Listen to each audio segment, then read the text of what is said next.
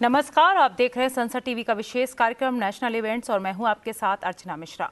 दिल्ली के विजय चौक पर beating retreat समारोह के साथ गणतंत्र दिवस समारोह का समापन हो गया। इस मौके पर राष्ट्रपति द्रौपदी मुर्मू, उपराष्ट्रपति जगदीप धनखड़, प्रधानमंत्री नरेंद्र मोदी, रक्षा मंत्री राजनाथ सिंह समेत कई हस्तियां मौजूद रहीं। विजय चौक पर हर साल गणतंत्र दिवस के तीसरे दिन बीटिंग रिट्रीट का आयोजन किया जाता है। ये आयोजन तीनों सेनाओं के एक साथ मिलकर सामूहिक बैंड वादन से शुरू होता है, जो कि लोकप्रिय मार्चिंग धुन बजाते हैं। तीनों सेनाओं के जवान मार्च पास्ट करते हुए सुरीली धुन की तान छेड़ते हैं तो हर कोई देखता है और देखता ही रह जाता है। आइए आपको दिखाते हैं इसकी कुछ झलकियां।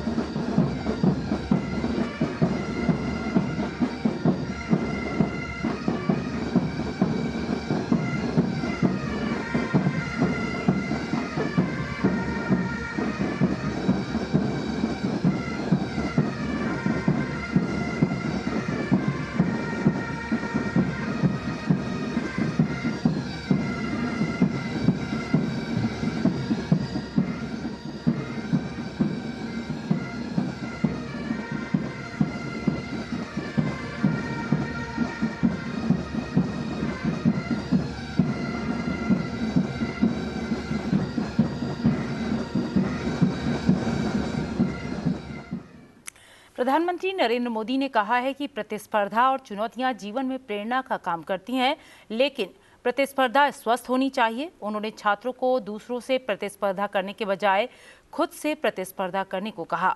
प्रधानमंत्री ने कहा कि दिल्ली में आज परीक्षा पे चर्चा के कार्यक्रम के जरिए विद्यालय के विद्यार्थियों, शिक्षकों, अभिभावकों से बातचीत के दौरान प्रधानमंत्री ने कहा कि अमर जीवन में कोई चुनौती ना हो तो जीवन प्रेरणाहीन और हतोत्साहित करने वाला बन जाता है।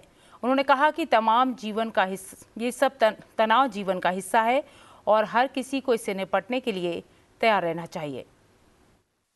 हमने अपने आप को एक तो किसी भी प्रकार के प्रेशर को झेलने के लिए सामर्थ्यवान बनाना चाहिए। रोते बैठना नहीं चाहिए। मान के चलना चाहिए कि जीवन में आता रहता है, दबाव बनता रहता है, तो खुद को तैयार करना पड़ता है। अब जैसे कभी आप उस स्थान पे जाते हैं जहां ठंड ज्यादा है और आप किसी गर्म इलाके में रहते हैं, तो आप मन को तैयार करते हैं कि आज अब मुझे 3-4 दिन के बाद ऐसे इलाके में जाना है जहां ठंड ज्यादा है। तो मन से आप तैयार करते हैं तो धीरे धीरे तो लगता है, पहुंचने के बाद कभी लगता है यार मैंने तो सोचा था उससे तो ठंड कम है, क्योंकि आपने मन से तय कर लिया है। और इसलिए आप टेम्परेचर कितना है कितना नहीं वो देखने की जरूरत नहीं पड़ती, आपका मन तैयार हो जाता है। वैसे ही दबाव को हमने अपने तरीके से मन से एक बार इस स्थिति से जीतना है, ये तो संकल्प करना होता है। दूसरा, ये जरा दबाव के प्रकार देखें। एक तो दबाव होता है खुद ने ही जो अपने लिए तय करके रखा है कि सुबह 4 बजे उठना ही उठना है, रात को 11 बजे तक पढ़ना ही पढ़ना है, आपने तो इतने आंसर सॉल्व करके ही जीतना है, और बड़ा दबाव खुद ही अनुभव करते हैं। मैं समझता हूं हमने उतना स्ट्रेच नहीं करना चाहिए कि जिसके कारण हमारी एबिलिटी ही टूट जाए। प्रधानमंत्री ने कहा कि बच्चों को किसी प्रकार के दबाव को झेलने के अनुकूल बनाया जाना चाहिए। प्रधानमंत्री ने इस बात पर जोर दिया कि संगीत में उन छात्रों के तनाव को दूर करने की क्षमता है जो न केवल एक कक्षा के बल्कि पूरे स्कूल के हैं। प्रधानमंत्री ने कक्षा के पहले दिन से लेकर परीक्षा के समय तक छात्र और शिक्षक के बीच जुड़ाव को धीरे धीरे बढ़ाने पर जोर दिया। उन्होंने कहा कि इससे परीक्षा के दौरान तनाव पूरी तरह से खत्म हो जाएगा। स्टूडेंट्स के साथ नाता जैसे ही आप पहले दिन, वर्ष के प्रारंभ में पहले ही दिन क्लासरूम में एंटर करते हैं, उसी दिन से एग्जाम आने तक आपका नाता निरंतर बढ़ते रहना चाहिए। तो शायद परीक्षा के दिनों में तनाव की नौबत ही नहीं आएगी।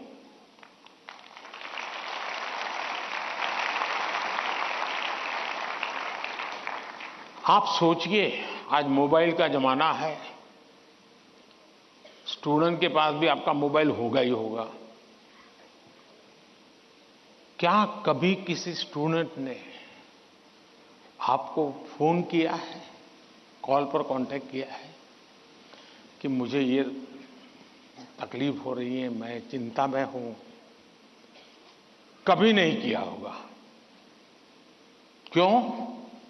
क्योंकि उसे लगता ही नहीं है कि मेरी जिंदगी में आपका कोई विशेष स्थान है। उसको लगता है कि आपका मेरा नाता सब्जेक्ट है, मैथ्स है, केमिस्ट्री है, लैंग्वेज है। जिस दिन आप सिलेबस से आगे निकल करके उससे नाता जोड़ोगे तो वो अपनी छोटी मोटी दिक्कतों के समय भी जरूर आपसे अपने मन की बात करेगा। अगर ये नाता है तो एग्जाम के समय तनाव की स्थिति पैदा होने की संभावना ही खत्म हो जाएगी। प्रधानमंत्री ने कहा कि विद्यार्थियों के तनाव को कम करने में शिक्षकों की विशेष भूमिका है। उन्होंने कहा कि छात्रों को अधिक से अधिक प्रश्नों का उत्तर लिखने का अभ्यास करना चाहिए। अगर आप अभ्यास करेंगे तो परीक्षा केंद्र का अधिकतर तनाव जाता रहेगा। प्रधानमंत्री ने कहा कि कुछ अभिभावक अपने विजिटिंग कार्ड के रूप में अपने बच्चों के साथ रिपोर्ट कार्ड की तरह व्यवहार करते हैं। ये अच्छी बात नहीं है।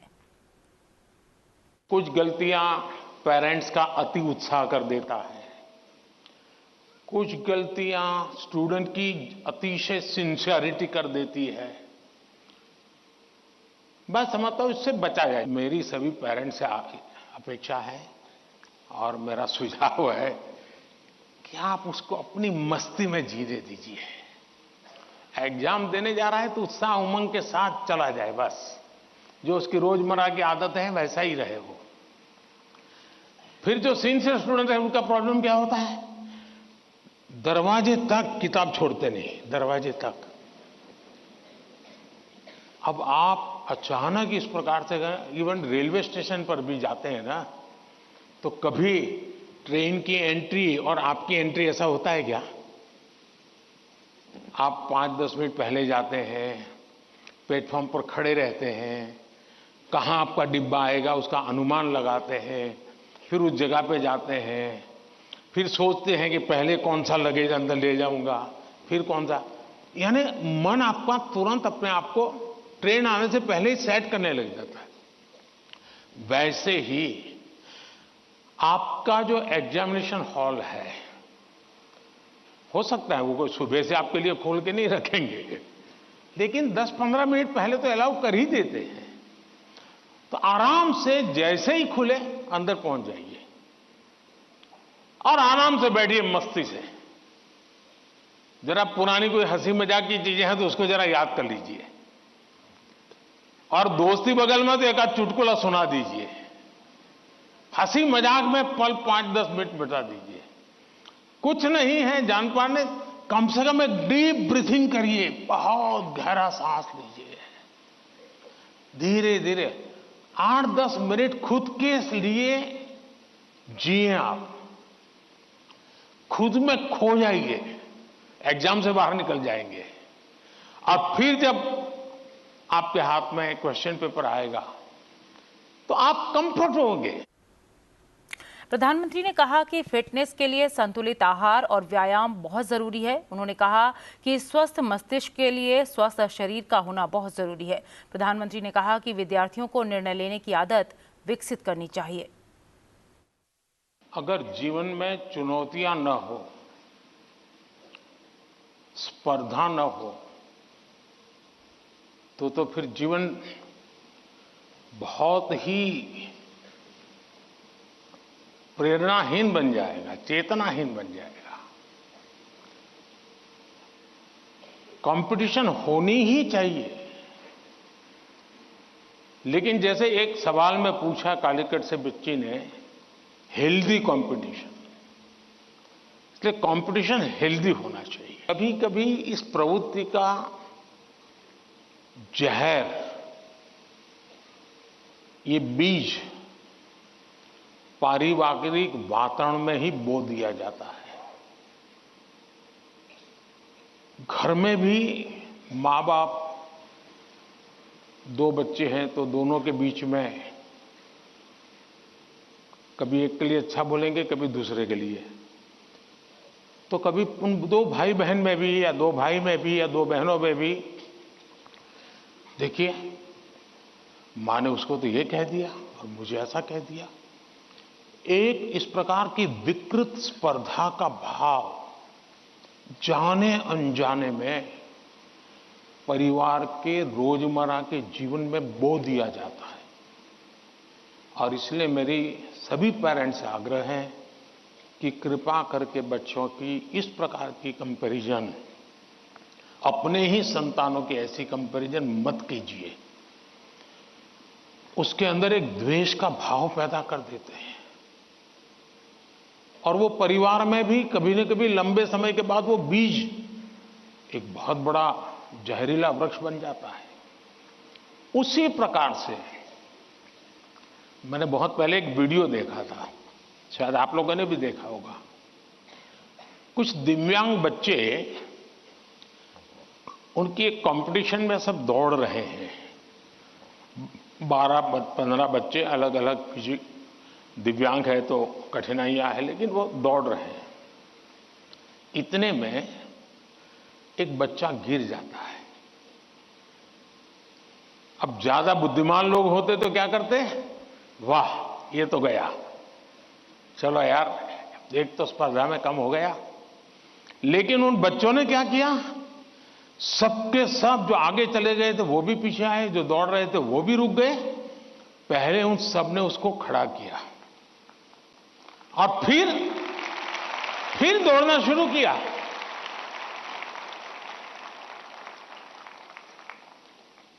सचमुच में ये वीडियो दिव्यांग बच्चों के जीवन का भले होगा, लेकिन हम लोगों को भी ये बहुत बड़ी प्रेरणा और बहुत बड़ा संदेश दे देता है। इससे पहले प्रधानमंत्री नरेंद्र मोदी ने एक प्रदर्शनी का अवलोकन भी किया।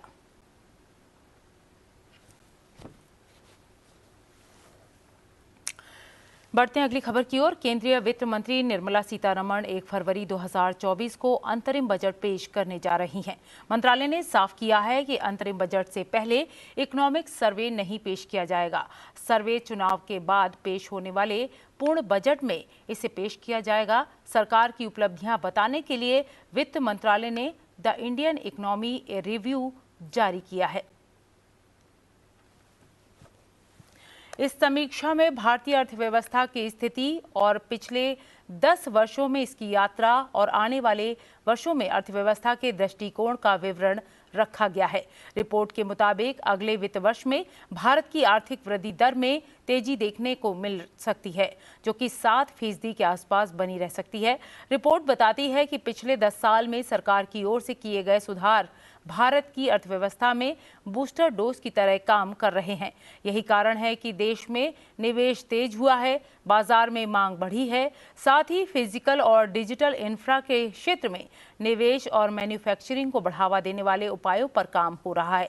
इससे कि देश की बैलेंसिंग शीट मजबूत हो रही है। हाल के वर्षों में हुए तकनीकी सुधार देश की प्रगति में बड़ी भूमिका निभा रहे हैं।